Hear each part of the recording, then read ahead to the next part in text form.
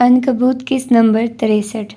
Miss फजर, आपको यहाँ देखकर हैरत हुई। मुझे लगा था कि आप हमारा वक्त मज़ीद ज़ाया नहीं करना चाहेंगी। एटलस के CEO अरसलान ने कहा। उसकी आवाज़ में तंज था। फजर ने पुरसकून नज़रों से उसे देखा और फिर गोया हुई। मिस्टर अरसलान, जब हक़ और सच्चाई की बात हो तो वक्त की कोई अहमियत नहीं होती। आप जानते हैं कि आपने हमारे साथ किए गए मुआहदे की खिलाफ वर्जी की है। वली ने मेज़ पर रखी फ़ाइल उनकी जानिब खिसकाई। उस फ़ाइल में तमाम कानूनी दस्तावेज़ात, मुआहदे की कापियाँ और अदालती फ़ैसले की नक़ल मौजूद थी। हमने इस मीटिंग का मुतालबा सिर्फ़ इसलिए किया ताकि हम अदालत जाने से पहले आपको एक आखिरी मौका दे सकें। वली ने वाज़ेह किया। उनकी आवाज़ में मज़बूत इरादा झलक रहा था। एटलस मॉडल्स के वकील, जो एक उम्र रसीदा मगर तजुर्बाकार खातून थी, ये सुनते ही बोल पड़ी। मिस फजर, आपके साथ जो भी हुआ इस पर हमें अफसोस है, लेकिन आपके खिलाफ मुकदमा दर्ज हुआ था और ये एक संगीन मामला था। हमारे मुआहदे में वाज़ेह था कि अगर किसी भी फ़रीक पर कोई कानूनी कार्रवाई होती है तो दूसरा फ़रीक मुआहदा मनसूख कर सकता है। माफ़ कीजिएगा, मगर आपका ये दावा गलत है। मुआहदे में वाज़ेह था कि अगर किसी फ़रीक पर कानूनी कार्रवाई साबित हो जाती है। मेरे खिलाफ़ केस सेल्फ़ डिफेंस पर मबनी था और अदालत ने मुझे बरी कर दिया। मैंने कोई जुर्म नहीं किया बल्कि अपनी जान बचाई थी। आप इस बुनियाद पर मुआहदा मनसूख नहीं कर सकते। वली ने फ़ाइल में से अदालती फ़ैसले की कॉपी निकाली और उसे मेज़ पर रख दिया। ये अदालत का फ़ैसला जो साबित करता है कि फ़जर मिराज को बरी किया गया है। लिहाजा आपका ये दावा बेबुनियाद है कि हमारी कंपनी पर कोई कानूनी कार्रवाई साबित हुई है। मिस्टर अरसलान के चेहरे पर परेशानी के आसार नमूदार होने लगे। उन्हें शायद अंदाज़ा नहीं था कि फ़जर इतनी तैयारी के साथ आएगी। हमने आपकी नई मॉडल्स के लिए आधे से ज़्यादा कॉस्ट्यूम तैयार कर लिए थे और उस पर हमारी कंपनी का बहुत ज़्यादा वक्त, मेहनत और सरमाया लगा है। आपके मुआहदे की खिलाफ वर्जी की वजह से हमें करोड़ों का नुकसान हुआ है। इसीलिए हमने आप पर 25 करोड़ रुपए हर्जाने का दावा दायर किया है। दरअसल एटलस की नई मॉडल्स की लॉन्च के लिए उन्होंने मनार से कॉस्ट्यूम बनवाए थे। ये प्रोजेक्ट इसी सिलसिले में था जिस पर काफ़ी हद तक काम हो चुका था। 25 करोड़ बहुत ज़्यादा है। हम ये हर्जाना अदा नहीं कर सकते। वकील फ़ौरन बोल उठी। मिस्टर अरसलान, ये सिर्फ हमारे मादी नुकसान की बात नहीं है, बल्कि इसमें हमारी साख और ज़हनी अजियत भी शामिल है। हमने इस पर बहुत वक्त सर्व किया और ये हमारा हक़ है। फ़जर का लहजा दो टोक था। एटलस मॉडल्स की वकील ने बीच बचाव की कोशिश की। देखिए, हम समझते हैं कि ये एक मुश्किल सूरत हाल है। क्या हम किसी दरमियानी रास्ते पर बात कर सकते हैं? फ़जर ने वली की तरफ देखा, फिर उसने सर हिलाया। हम यहाँ हल के लिए आए हैं। हम अदालत में घसीटना नहीं चाहते, लेकिन हम अपना हक़ भी नहीं छोड़ेंगे। ठीक है, हमें सोचने के लिए कुछ वक्त चाहिए, एटलस की वकील ने संजीदगी से कहा। तो फ़जर के लबों पर मुस्कुराहट फैल गई। वो अपनी गर्दन ऊंची किए उठी और कॉन्फ्रेंस रूम से बाहर निकल गई। वली उसके पीछे ही उठा, मगर आधे रास्ते में ही रह गया। वेल, मैंने सुना है रईस ज्वेलर्स की लॉन्च आपकी कंपनी को मिली है। आपकी मॉडल्स परफॉर्म कर रही हैं। उसने सवालिया नज़रों से दोनों को देखा। यस, मगर आप कैसे जानते हैं? मिस्टर अरसलान के चेहरे पर उलझन उभरी। वो ज़ेरे लब मुस्कुरा दिया, फातिहाना सी मुस्कुराहट। वेल, मैं वली औरंगज़ेब हूँ, रईस औरंगज़ेब का भांजा। आपको रईस ग्रुप में देखा था, याद आया तो सोचा पूछ लूँ। उसने मज़ीद कुछ नहीं कहा। उसकी मुस्कुराहट बहुत कुछ कह रही थी। वो मजबूत कदम उठाता बाहर निकल गया, जबकि मिस्टर अरसलान ने बेसाख्ता अपनी टाई की नॉट ढीली की। वो कंफर्म करके गया था। वो साफ साफ बता कर गया था एटलस ग्रुप को ये मेरा प्रोजेक्ट कैंसिल हो सकता था, जो कि वो नहीं चाहते थे। 15 मिनट बाद मीटिंग दोबारा शुरू हुई। काफ़ी बहस और दलाल के बाद एटलस मॉडल्स ने यह मान लिया कि मुआहदे की मनसूखी उनकी गलती थी। कई बार के मुज़ाकरात के बाद आखिर वो 15 करोड़ रुपए के हर्जाने पर रजामंद हो गए, ताकि मामला अदालत से बाहर ही हल हो जाए। मुआहदे के नए नुकात तय किए गए। एटलस मॉडल्स 15 करोड़ रुपए की रकम मनार फैशन को 2 हफ्तों के अंदर अदा करेगी। मनार फैशन ये केस वापस ले लेगी। दोनों कंपनियां मुस्तकबिल में किसी भी किस्म के तनाज़ात से बचने के लिए एक दूसरे के साथ दोस्ताना ताल्लुकात कायम रखेंगी। दोनों फरीकों ने कॉन्ट्रैक्ट के नए कागजात पर दस्तखत किए। फजर के चेहरे पर एक इत्मीनान बख्श मुस्कुराहट थी, जबकि अरसलान के चेहरे पर शिकस्त और राहत का मिला जुला तासुर था। मीटिंग के इख्तिताम पर मिस्टर अरसलान ने वली से हाथ मिलाया। वली ने मुस्कुराते हुए कहा, मिस्टर अरसलान, मुझे उम्मीद है कि ये मामला यहाँ ख़त्म हो गया और हम सब आगे बढ़ सकते हैं। जबकि मिस्टर अरसलान ने बेदिली से हाथ मिलाया। मुझे भी यही उम्मीद है। वली ने फ़ाइल उठाई। फजर ने अपना कीमती बैग अपने कंधे पर लटकाया और फिर वो दोनों उन 2 तजुर्बाकार लोगों को वहीं छोड़कर बाहर निकल गए। मीटिंग मनार के हक़ में होने के बाद वो उसे एक आलीशान रेस्टोरेंट में लाया था। बुकिंग पहले ही करवा रखी थी। शायद वो जानता था कि मीटिंग हर हाल में उनके हक़ में होगी। एक खूबसूरत फ्लोर पर उनका टेबल बुक था। वो फजर को 10 मिनट इंतज़ार करने का कहकर गया था, मगर 20 मिनट गुजर चुके थे। वो अभी तक वापस नहीं आया था। फजर अपना बैग वहीं रखकर राहदारी की जानिब बढ़ी। वो जब इशा की नमाज़ पढ़कर वापस आया तो फजर अपनी जगह पर नहीं थी। एक लम्हे को उसके माथे पर शिकन उभरी, मगर फिर उसकी नज़र राहदारी के सिरे पर खड़ी फजर पर पड़ी। वो बिलोरी दीवार के पास खड़ी बाहर शहर की जगमगाती रोशनियों को देख रही थी। उसके बाल फिर से एक नफीस जोड़े में कैद थे। बस 2 आज़ाद लटे उसके हसीन चेहरे के गर्द हाला किए हुए थे। उसे देखकर वली के लबों पर एक बेख्तियार मुस्कुराहट फैल गई। वो धीरे धीरे कदम उठाता उसकी जानिब बढ़ा। अभी वो चंद कदम ही दूर था कि एक अनजान आवाज़ ने उसके कदमों को वहीं रोक दिया। हाय! एक खूबसूरत और जदीद लिबास में मलबूस लड़की पुरजोश अंदाज में फजर के सामने खड़ी थी। आप फजर मिराज हैं? थी फजर मिराज। उसकी आंखों में खुशी और हैरत एक साथ रक्स कर रही थी। मैं आपकी बहुत बड़ी फ़ैन हूँ। आपके डिज़ाइन, आपकी बातें, आपकी बहादुरी, आपकी बोल्डनेस, सब कुछ कमाल है। वो एक ही सांस में बोले जा रही थी। उसका हर लफ्ज़ सच्ची अकीदत का आईनादार था। आसपास से गुजरते लोग उन्हें देखने के लिए एक लम्हे को ठहरते और फिर आगे बढ़ जाते। फजर के थके हुए चेहरे पर एक हल्की सी मुस्कुराहट नमूदार हुई। शुक्रिया। क्या आप मेरे लिए एक ब्राइडल ड्रेस डिज़ाइन कर सकती हैं? लड़की ने उम्मीद भरी नज़रों से पूछा। मैं जानती हूँ आप ब्राइडल ड्रेस नहीं बनाती, लेकिन प्लीज़ मेरी बहुत बड़ी ख्वाहिश है। मेरी जल्दी शादी होने वाली है। क्या आप आई एम सॉरी, मगर मैं ब्राइडल ड्रेस नहीं बनाती। फजर ने नरमी मगर मजबूती से इनकार किया। मनार में अरूसी मलबूसात का एक पूरा सेक्शन था, मगर वो खुद सिर्फ अपने सिग्नेचर कॉस्ट्यूम्स डिज़ाइन करती थी। उस सेक्शन में फजर का डिज़ाइन किया हुआ कभी कोई ब्राइडल ड्रेस आया ही नहीं। प्लीज़ प्लीज़ प्लीज़ मेरे लिए। लड़की ने बेख्तियार आगे बढ़कर फजर के हाथ थाम लिए। फजर ने नफासत से अपने हाथ छुड़ाए। उसे ये इसरार अब नागवार गुजर रहा था। बताया ना, मैं ब्राइडल ड्रेस नहीं बनाती। वो इंट्रोवर्ट थी। अजनबी लोगों से इस कदर बेतकल्फ़ी उसे पसंद नहीं थी। जबकि वली कुछ फासले पर खड़ा उसे देख रहा था। उससे पहले कि वो लड़की मजीद कुछ कहती, एक तेज़ और गरजदार आवाज़ फ़िज़ा में गूंजी। वर्दा, क्या कर रही हो तुम? एक अधेड़ उम्र स्टाइलिश खातून तेज़ तेज़ कदम उठाती उनकी जानिब आई और अपनी बेटी को घूरने लगी। उनकी नज़रों में गुस्से की एक आग भड़क रही थी और वो फजर को यूँ देख रही थी जैसे वो कोई नापाक शय हो, जैसे वो मलून हो। मामा देखिए, ये फजर मिराज है। ओह गॉड, आप इन्हें जानती है ना? मैं इनकी फ़ैन हूँ। प्लीज़ इनसे कहिए ना कि मेरा ब्राइडल ड्रेस डिज़ाइन कर दे। वर्दा अपनी माँ की तरफ पलटी, मगर अगले ही लम्हे उसकी माँ के मुंह से निकले अल्फाज ने जैसे पूरे रेस्टोरेंट की फ़िज़ा में जहर घोल दिया। तुम्हारा दिमाग ख़राब हो गया? तुम इस कातिल के हाथों का बना जोड़ा पहनोगी? इसके हाथ खून से रंगे हैं। ये सुनना था कि फजर का चेहरा लम्हों में सफ़ेद पड़ गया। उसके कानों में साए साए होने लगी। उसे अंदाज़ा नहीं था कि अपनी इज्जत और जान बचाने की कोशिश में जो उससे कत्ल हुआ था और जिस मुकदमे से वो बाइज्जत बरी हुई थी, वो मुआशरे की नज़रों में इतना बड़ा जुर्म था। अगर वो उस दिन अपना दफ़ा ना करती तो आज ज़िंदा ना होती। मगर इस हकीकत को कौन तस्लीम करता? कातिल तो कातिल ही रहता है।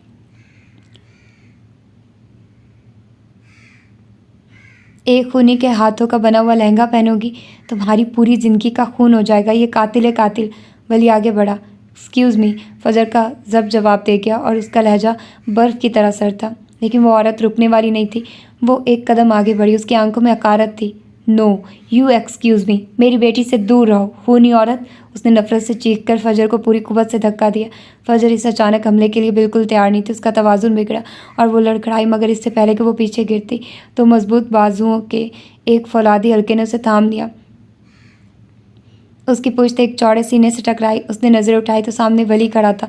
उसकी हिजल आंखों में उस लम्हे जो अजियत और टूट फूट की परछाइयाँ उभरी, उन्होंने वली के अंदर जैसे आतिश फिशा दहका दिया था। उसने नहायत नरमी से फजर को अपने पीछे खड़ा किया और एक कदम आगे बढ़ा। उसका पूरा वजूद तनाव से अकड़ गया। हाउ डेयर यू, हिम्मत कैसे हुई मेरी बीवी को हाथ लगाने की? उसका लहजा इस कदर सर्द और गहरा था कि आसपास खड़े लोगों के जिस्म में भी सनसनी दौड़ गई।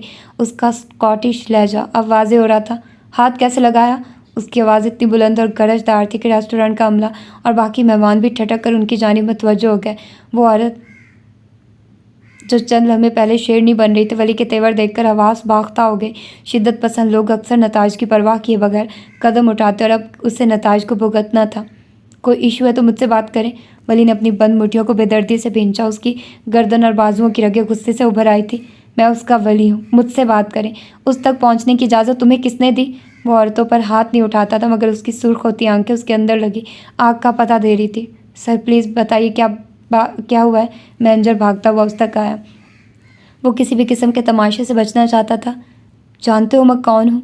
वली ने मैनेजर की तरफ देखे बगैर उस औरत को घूरा। मैं एक स्कॉटिश शहरी हूँ। आपकी हिम्मत कैसे हुई एक स्कॉटिश की बीवी को हाथ लगाने की?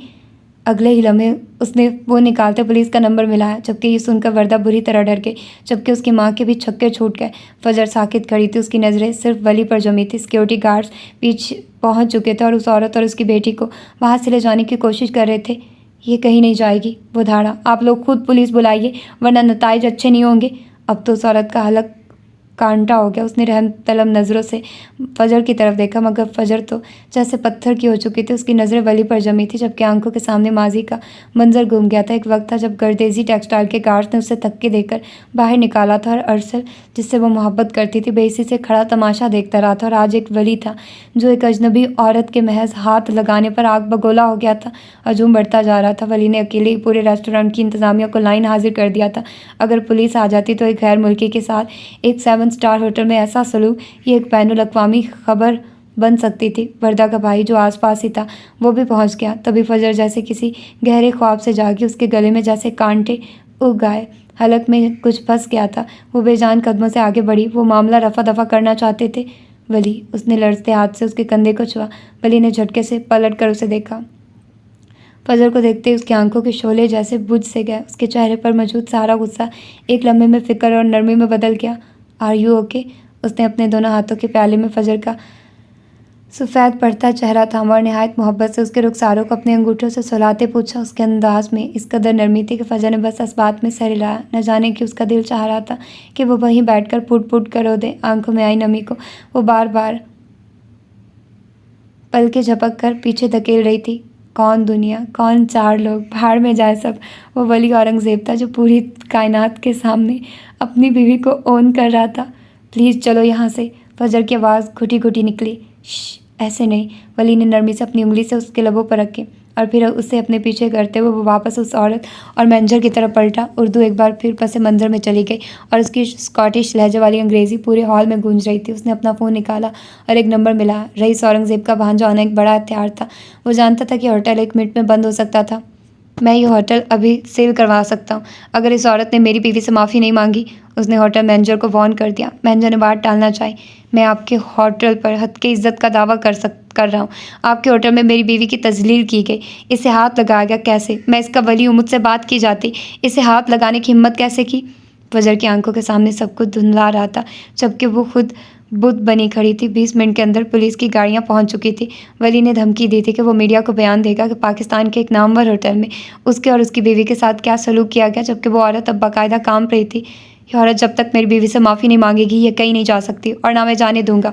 हॉल में एक भीगी हुई तनावज़दा खामोशी छा गई, जिसमें सिर्फ वली की घसीली आवाज़, पुलिस की आमद का शोर और धड़कते दिलों की आवाज़ें बाकी थी। फजर का दर्द सर तो कब का जा चुका था, मगर अब उसका पूरा वजूद वली के इस शदीद बेपनाह और मुहाफिज रूप को देखकर जम सा गया था।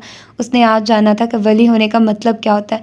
वो बस उसे देखे जा रही थी। पुलिस के आमने मामले को वो संगीनी बख्श दी थी। जिस होटल की इंतज़ामिया सबसे ज़्यादा खौफजदा थी, आने वाले ऑफिसर्स में से चंद एक जो रईस के वफादार थे वो वली को पहचानते थे। वो उसे रईस औरंगज़ेब के साथ कहीं तकरीबात में देख चुके थे, जबकि फजर मिराज का चेहरा फैशन की दुनिया में कहीं किसी तारुफ का मोहताज नहीं था। लम्हों में ये एक आम झगड़े से कहीं बढ़कर एक हाई प्रोफाइल केस बन चुका था। वली का गुस्सा अब भी कम नहीं हुआ था, मगर उसके लहजे में एक ठहराव आ गया था, एक ऐसी सर्द और अटल जिद जो किसी भी तूफान से ज़्यादा खतरनाक थी। वो एक ही बात बार बार दोहरा रहा था। उसकी आवाज़ में एक ऐसी काट थी जो सीधा दिल में उतरती थी। मेरी बीवी को हाथ कैसे लगाया गया? मैं उसका वली हूँ। अगर कोई मसला था तो मुझसे बात की जाती। उसका हर लफ्ज़ उस औरत के लिए एक ताज़ियाना था। पुलिस इंतज़ामिया और वहाँ मौजूद हर शख्स पर यह वाज़ेह हो चुका था कि ये शख्स पीछे हटने वाला नहीं। बल आखिर अपनी बेटी के मुस्तकबिल और अपनी इज्जत को दाव पर लगा देख कर वो औरत टूटी। उसे पुलिस के हसार में फजर के सामने लाया गया। उसके चेहरे पर अब वो तकब्बुर नहीं बल्कि खौफ और पशेमानी थी। उसने कामती आवाज़ में कहा, मैं अपने रवैये और अपनी शिद्दत पसंदी के लिए माज़रत ख्वाह हूँ। प्लीज़ मुझे माफ़ कर दें। मेरी बेटी की शादी मैं नहीं चाहती कि हमारे खिलाफ़ कोई खबर बने। उसकी आवाज़ में आजिज़ी थी, मगर फजर को उसमें खलूस से ज़्यादा अपनी ज़ात को बचाने की फ़िक्र महसूस हुई। उसके दिल को कुछ हुआ। अपनी बेटी की इतनी परवाह थी तो क्या वो किसी की बेटी नहीं थी? ये ख्याल बिजली बनकर उसके जहन में कूदा, मगर उसने अपने जज्बात को चेहरे पर नहीं आने दिया। उसने बस सर्द मोहरी से इस बात में सर हिला दिया। वो बहस करने या ताने देने के मूड में नहीं थी। और दूसरों से क्या गिला? यह हादसा इस हादसे से बड़ा नहीं था जिसमें उसके अपने माँ बाप ने उसे जहर देकर मारना चाहा था। उसके सर हिलाने के चंद मिनट बाद ही रईस औरंगज़ेब के एक फ़ोन कॉल पर होटल को हिफाजती और इंतज़ामी कोताही के सबब पूरे एक दिन के लिए सील कर दिया गया। होटल मैनेजमेंट की हालत बिगड़ चुकी थी। ये उनके लिए एक भयानक ख्वाब था। वली ने होटल से निकलने से पहले इंतज़ामिया को मुखातिब किया। उसका लहजा भी सख्त था। मैं ऐसा हरगिज़ नहीं चाहता था, मगर ये इन तमाम होटल्स और पब्लिक प्लेसेस के लिए एक वार्निंग है। अपने दरवाज़ों पर लिख कर लगाइए कि जाहिल लोगों का दाखिला मना है। जिस जगह पर लोगों की इज़्ज़त नफ्स महफूज ना हो, उससे बंद ही हो जाना चाहिए। एक तो वो स्कॉटिश शहरी था, ऊपर से रईस औरंगज़ेब का भांजा। उसने आज अपने स्कॉटिश होने और रईस की हैसियत का वो फ़ायदा उठाया था जो शायद रईस ने खुद भी कभी ना उठाया हो, मगर वली के नज़दीक ये ज़रूरी था। ऐसी जगहों पर ऐसे लोगों का दाखिला ममनू ही होना चाहिए जो अपनी ज़बान और हाथों से दूसरों को तकलीफ़ पहुँचाना अपना हक़ समझते हैं। फिर वो पलटा और फजर का हाथ मजबूती से थाम कर मेज़ की जानिब बढ़ा। वहाँ रखा उसका बैग उठाया और फिर बाहर की जानिब चल पड़ा। लोग समंदर की लहरों की तरह उनके लिए रास्ता बना रहे थे। हर नज़र उन पर मरकूज़ थी। चंद मोबाइल फ़ोन्स की लाइट्स भी उन पर पड़ी। यकीनन किसी ने यह मंजर भी कैद कर लिया था। गाड़ियों से भरी पार्किंग की खामोशी में पहुंचकर फजर को जैसे होश आया, उसने एक झटके से अपना हाथ उसकी गिरफ्त से छुड़ाया। क्या ज़रूरत थी इतना बड़ा तमाशा करने की? उसकी आवाज़ गुस्से से कँपकँपा रही थी। क्या समझते हो तुम खुद को? उसका चेहरा लाल भभूका हो रहा था। जो कुछ भी हुआ था वो उसके लिए नाकाबिले यकीन था। वली ने गहरी सांस लेकर उसे देखा। वो उसके अंदर चलते तूफान से वाकिफ था। वो जानता था कि यह गुस्सा उस पर नहीं, उस बेबसी पर था जो उसने महसूस की थी। वो खामोश रहा, उसे अपनी नरम गहरी नज़रों से देखता रहा। वो चाहता था कि उसके अंदर जो कुछ भी है वो सब कह दे, कुछ भी अंदर ना रखे, मगर फजर जब्त कर रही थी। उसकी खामोशी पर वो मज़ीद तप गई। तुम्हें क्या लगता है ये सब करने से तुम कोई ग्रीन फ्लैग बन जाओगे? ये कहते हुए उसकी आंख के किनारे पर एक मोती चमका। तमाम तर जब्त के बावजूद पलकें नम हो ही गई। इससे पहले कि वो आंसू उसके गाल पर बहता और उसके जब्त की तौहीन करता, वली ने यह बर्दाश्त न हुआ। वो एक कदम आगे बढ़ा। वो उसके करीब आया, एन करीब, पूरे इस्तेकाक से। फिर उसने अपना हाथ उठाया और अपनी शहादत की उंगली से नहायत नरमी से उसकी पलकों पर ठहरे उस आंसू को चुन लिया। फजर एक बार फिर साकित हो गई। उसके लम्स में ऐसी शिद्दत थी कि उसका दिल धड़कना भूल गया। बेगम, वली की गहरी सरगोशी जैसी आवाज़ उभरी। मैं ग्रीन फ्लैग नहीं, ग्रीन फॉरेस्ट हूँ। फजर ने सांस रोक के उसे देखा। उसकी हेज़ल आंखों में नमी की एक तह थी। पर मसला ये है, वो धीरे से मुस्कुराया, कभी कभी इस फॉरेस्ट में आग लग जाती है। एक मुकम्मल डिफ़ॉल्ट पीस उसके सामने खड़ा था। एक 7 स्टार होटल को एक दिन के लिए बंद करवाया था और अब कितने सुकून से उसके आंसू चुन रहा था। क्या था ये शख्स? आखिर तुम हो कौन? बेसाख्ता ये सवाल उसके लबों से फिसला। वो बेयकीनी से उसे देख रही थी। सिर्फ तुम्हारा वली, उसने पूरे यकीन हक से जवाब दिया। यानी वो सब कुछ था और मेरे होते हुए कोई तुम्हें बुरी नज़र से देख भी नहीं सकता। ये कहकर उसने दोबारा फजर का हाथ थामा और उसे गाड़ी तक लाया। दरवाज़ा खोलकर उसे अंदर बिठाया और खुद ड्राइविंग सीट पर आ बैठा। चंद लम्हों बाद उनकी गाड़ी होटल की पार्किंग से बाहर निकल रही थी। रेस्टोरेंट से निकलती हुई भीड़ से गुजरते हुए फजर उन लड़कियों की सरगोशियाँ नहीं सुन पाई थी जो उन्हें देखते हुए कह रही थी, ऐसा स्कॉटिश शौहर तो सभी लड़कियाँ डिज़र्व करती हैं।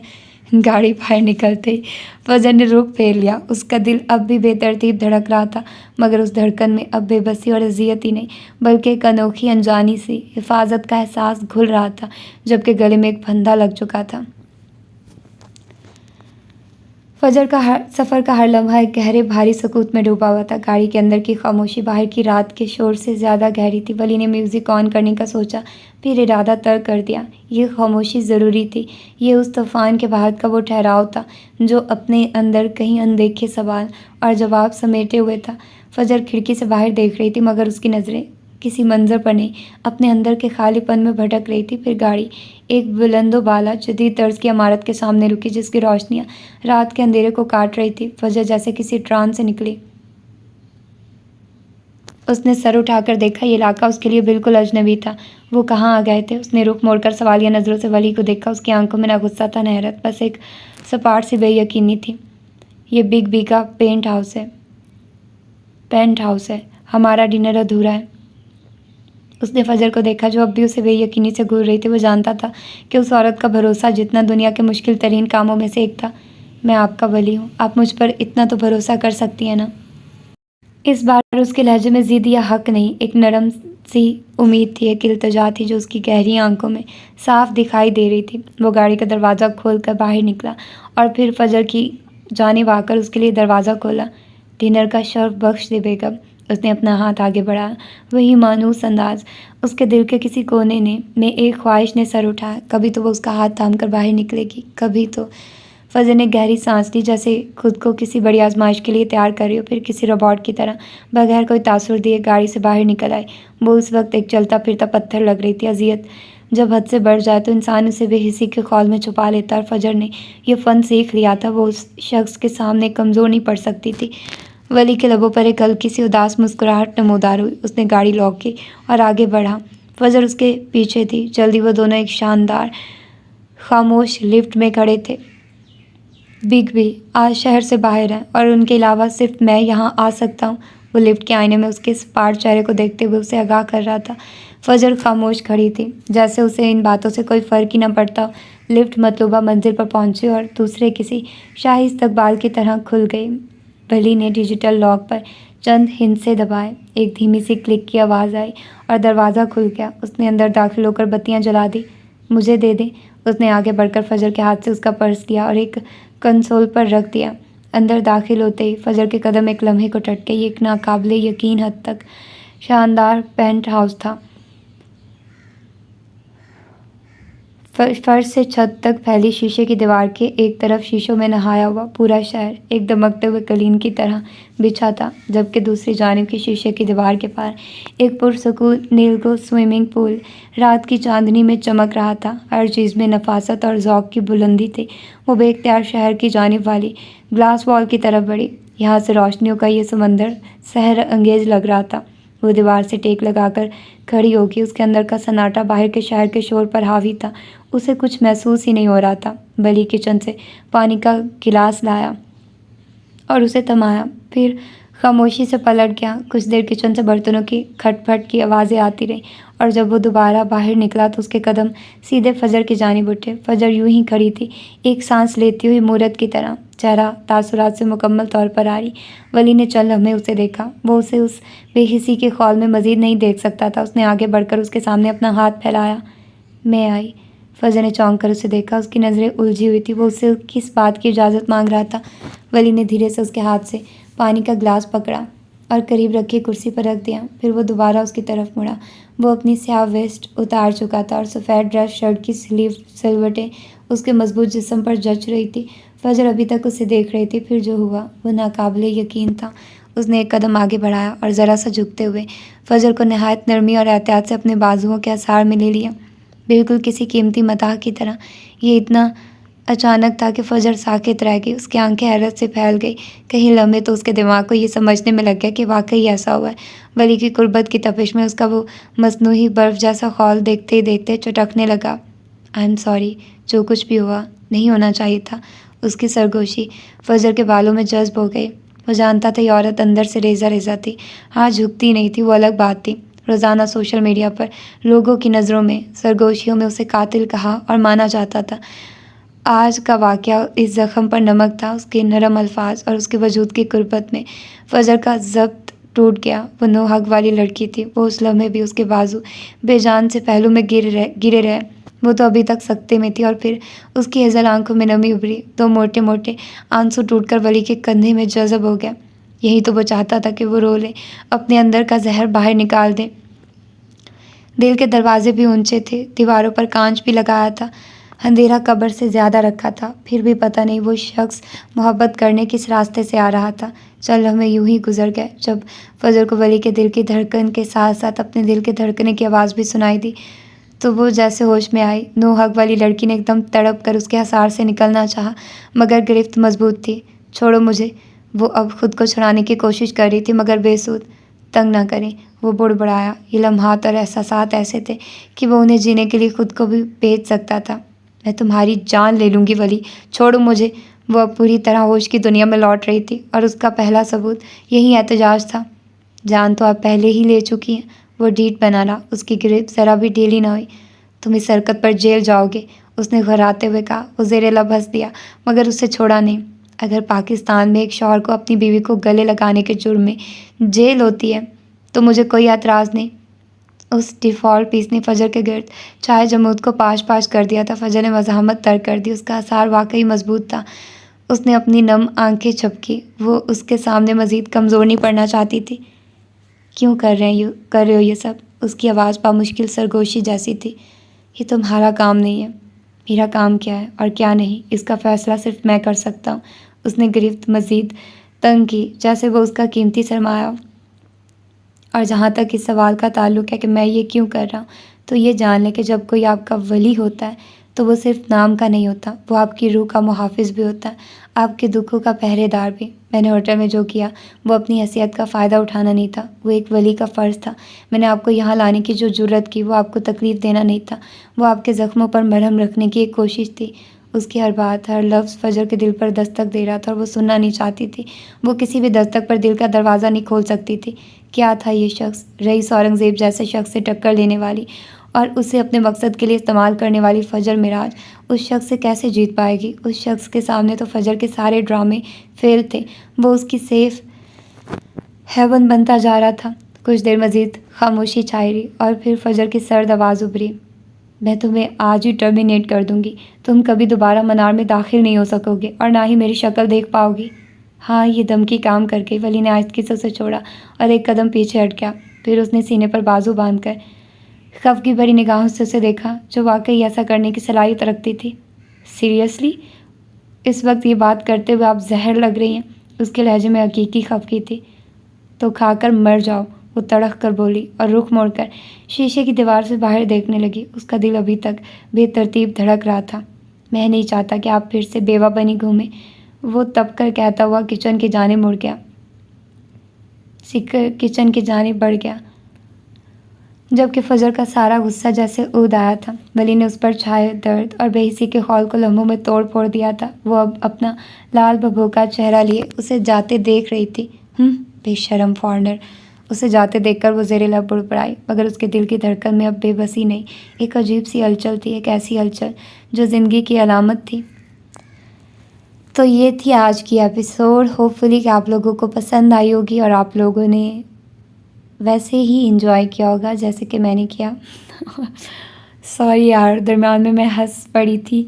तो कुछ चीज़ें ऐसी थी जो आजकल की मतलब रील्स में आती थी, जैसे कि कौन चार लोग कौन सी दुनिया, वो वाली एक रील थी। और एक इस स्कॉटिश जैसा शौहर तो मैं भी एक कदर डिज़र्व करती हूँ, ये वाले भी एक। और एक और भी थी, एक और कौन सी थी यार, हाँ, ग्रीन फॉरेस्ट वाली। मुझे इस बात पर इतनी हंसी आई। खैर, ये एक अच्छी चीज़ थी, मतलब एक पॉजिटिव चीज़ के आज के दौर की बातें, मतलब राइटर ने इस चीज़ को भी फील किया और उसको अपने उसमें राइटिंग स्टाइल में ऐड किया। और जिस तरह से वली ने रिएक्ट किया, इतना सब कुछ, वो थोड़ा ओवर भी लग रहा था, वो थोड़ा इस तरह से ड्रामेटिक भी लग रहा था। मतलब ठीक है, उसने किया, उसने एक चीज़ का बताया, फिर अभी उसने ये वाज़े भी किया है कि वो अपनी हैसियत को पहचानने का नहीं था, वो वाकई में साबित कर रहा था कि वो उसका वली है, ठीक है। और फिर जिस तरह से मीटिंग होती है और मीटिंग में वो उसके साथ करते हैं, उनको ज़िज करते हैं और वो साबित कर देता है कि मतलब कि उनके हक़ में ही फ़ैसला हो जाता है, ठीक है, वो जो भी लोग थे। खैर, उसके बाद फिर इस तरह से अब जो जिस तरह से वो अपना शौहर होने का हक़ जता रहा है, हक़ जमा रहा है, दैट्स कूल। लेकिन फिर भी एक हद रखी हुई है राइटर ने, मतलब एक लिमिट, मतलब वो एक हद से ज़्यादा कहानी को आगे नहीं बढ़ा रही, वो बहुत ही ज़्यादा आहिस्ता आहिस्ता चला रही है। मतलब जो ये है वो कभी कभी वो चटक जाती है, कभी कभी वो उस खौल से निकल भी आती है, फिर वो दोबारा अंदर सिमट जाती है। ठीक है, अब वो मान लेना कि वो उसका शौहर है, वो बार बार उससे क्यों पूछती, ये 1000 दफ़ा उससे पूछ चुकी है कि कौन हो तुम, कौन हो तुम। पहले तो वो उसको बताता है कि हम वही जिसकी तुम बेवा बनी घूम रही हो। अब उसने बोला कि मैं तुम्हारा वली हूँ, उसने बता दिया कि हाँ मैं वली हूँ।